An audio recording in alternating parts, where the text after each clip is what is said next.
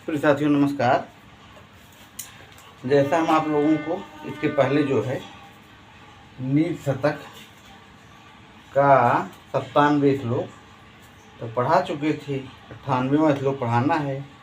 इसमें ये बात बताया गया है कि मतलब कहने मतलब ये है, इसमें ये बताया गया है कि अच्छा काम आप करेंगे तो वही फलीभूत होगा। हाँ,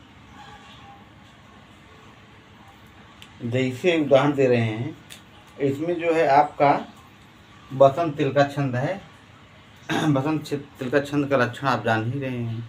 उक्ता बसंत तिल का तब जा जगौगा, उक्ता बसंत तिल का तब जा जगौगा, इस तरह से चलेगा। नैवाकृति फलति नैव कुलम न शीलम, नैवाकृति फलति नैव कुलम न शीलम, विद्यापि नैव न च यत्न कृतापि सेवा, भाग्यानि पूर्वतपसा खलु संचितानि, काले फलन्ति पुरुषस्य यथैव वृक्षा। मेरे प्रिय साथियों, इसमें ये बताया गया है कि सुंदर आकृति नैवाकृति फलति, माने सुंदर आकृति जो है फलीभूत नहीं होता। कोई व्यक्ति अगर सुंदर है तो वो फलीभूत हो जाए तो मतलब वो फल नहीं देता है। कहने मतलब न कुल और न शील, न कुलम न च शीलम, न कुल और न शील, ये भी नहीं फलीभूत होता। यत्न पूर्वक की गई सेवा ही, हाँ, विद्या भी नहीं। नैव च यत्न किताब सेवा, न तो यत्न पूर्वक की गई सेवा ही फलीभूत होती है। भाग्यानि पूर्व तपसा खल संचितानि, माने कहने मतलब ये है कि आप जो अच्छा कर्म किए हुए हैं उससे जो आपका भाग्य बन गया वही फलीभूत होता है। हाँ, जैसे वृक्ष, तो न विद्या फलती न यत्न पूर्वक की गई सेवा। जैसे वृक्ष के फल फलते हैं, जैसे वृक्ष के फल फलते हैं, काले फलंत पुरुषस्य यथैव वृक्षा, माने जो आप कर्म किए हैं, अच्छा कर्म किए रहेंगे तो वो होता नहीं है। कर्म 3 प्रकार के होते हैं, संचित, क्रियमाण और प्रारब्ध। तो जो आप संचित कर्म है वही भाग्य है। आप अच्छा कर्म किए रहेंगे पूर्व जन्म में, जैसे इस जन्म में अच्छा काम कर रहे हैं तो अच्छा कर्म तो वही बताया जा चुका है परोपकार पद्धति में। तो अच्छा काम करे रहेंगे तो वही जो है संचित होकर के रहेगा, वही फलीभूत होता। जैसे वृक्ष है, जैसे जो है वृक्ष के फल फलते उसी तरह पूर्व की तपस्या से संचित किए मनुष्य के कर्म, पूर्व की तपस्या से किए मनुष्य के कर्म जिन्हें भाग्य कहते हैं, समय पाकर फल धारण करते हैं। काले फलंत पुरुषस्य यथैव वृक्षा, जैसे वृक्ष जो है फलते हैं उसी तरह से भाग्य पूर्व तपसा, जैसे मैंने पूर्व में जो आप तपस्या किए हुए हैं, संचित किए हुए हैं, जैसे वृक्ष के फल फलते हैं उसी तरह से पूर्व की तपस्या संचित किए मनुष्य की कर्म जिन्हें भाग कहते हैं, समय पाकर फल धारण करते हैं। तो इसमें विद्या शब्द आ गया। वेद आदि 14 विद्याएं, अंगानि वेदाश्च त्वारौ मीमांसा न विस्तरः, पुराणम धर्म शास्त्रम च विद्या हेतश्चतुर्दशः, विदन्ति अन्या इति विद्या। विद्या में विद प्लस के प्लस टाप हो जाएगा मेरे साथियों। विद्या शब्द जो है आप विद प्लस के प्लस टाप,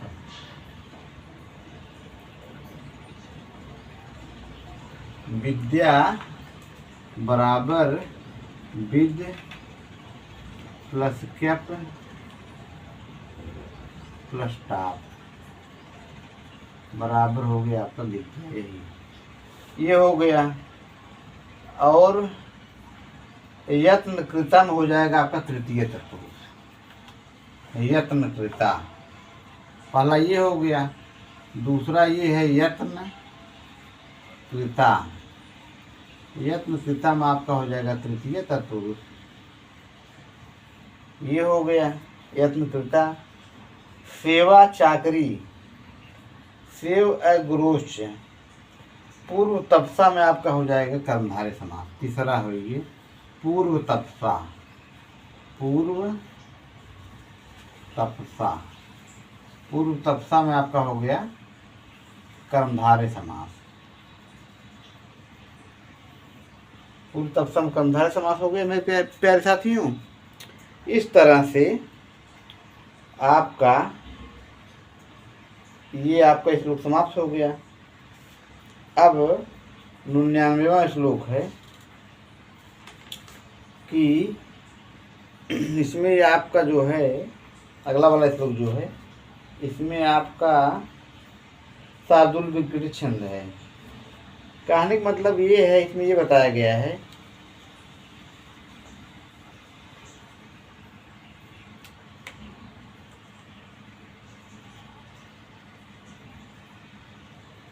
कहने मतलब ये है कि आप कुछ भी कर लीजिए, जो होने वाला है आप उसको टाल नहीं पाएंगे, और जो नहीं होने वाला है उसको आप कर भी नहीं पाएंगे। कहने मतलब काल की गति ऐसी है कि आप उसको टाल नहीं सकते हैं।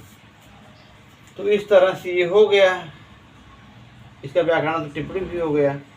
अब इसको हम सोच रहे हैं पढ़ दें। तो मेरे प्यारे साथियों, थोड़ा आप लोग किताब हाथ में लेकर के देखिए। शार्दूल विकृत छंद में है श्लोक। सूर्याश्वमस्जस्तता सगुर्वः शार्दूल विक्रीडितम्। इसमें ये है मज्जत्वं भस्यातु मेरुशिखरं शत्रुञ्जयात्ताहवे वाणिज्यं कृषि सेवने च सकला विद्या कला शिक्षताम्।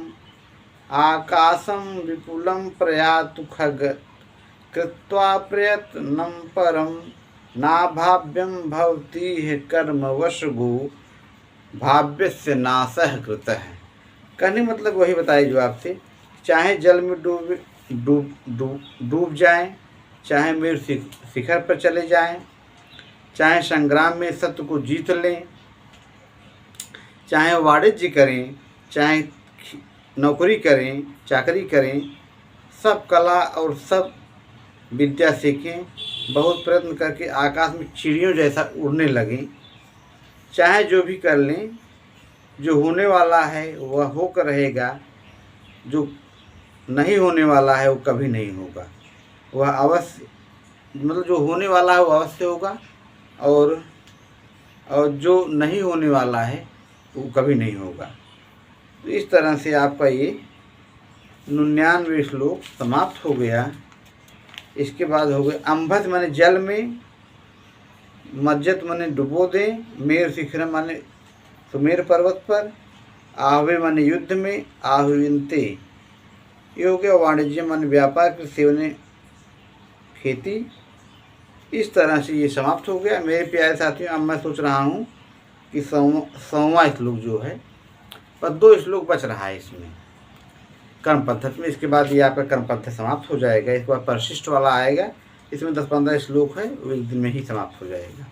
तो इसमें 100वां श्लोक है, ये आपका जो है बसंत तिल का छंद में, उक्ता बसंत तिल का तब झा जगह उगा।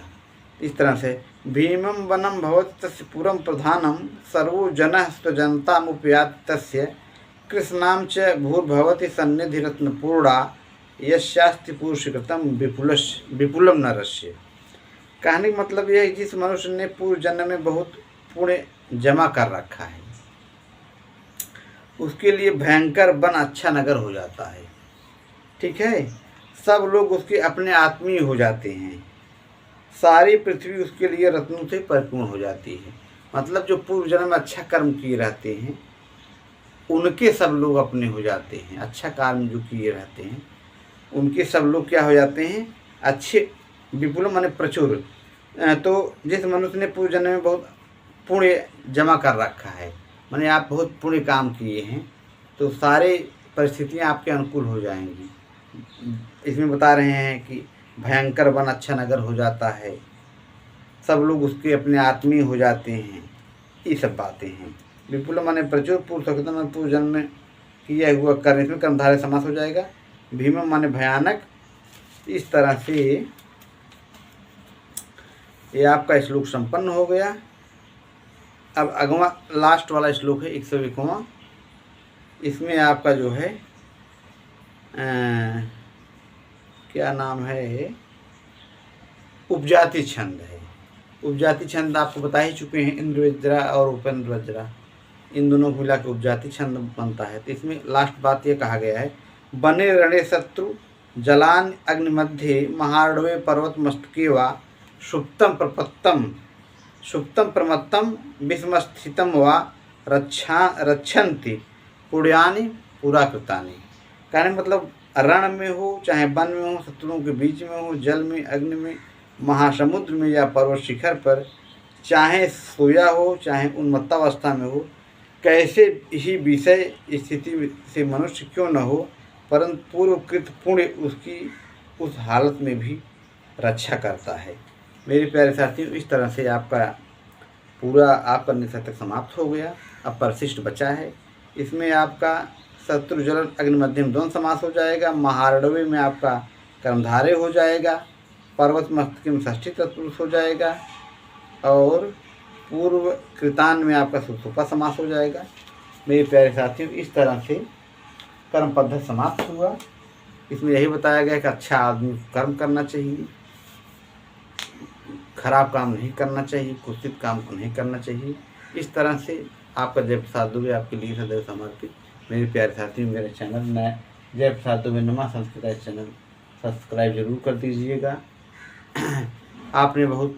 आपने इतना हमको समय दिया, इसके लिए बहुत बहुत आपका आभार, बहुत बहुत धन्यवाद। तहे दिल से आपका स्वागत। इसी के साथ मैं अपनी वाणी को विराम दे रहा हूँ। नमः संस्कृताय। जय हिंद।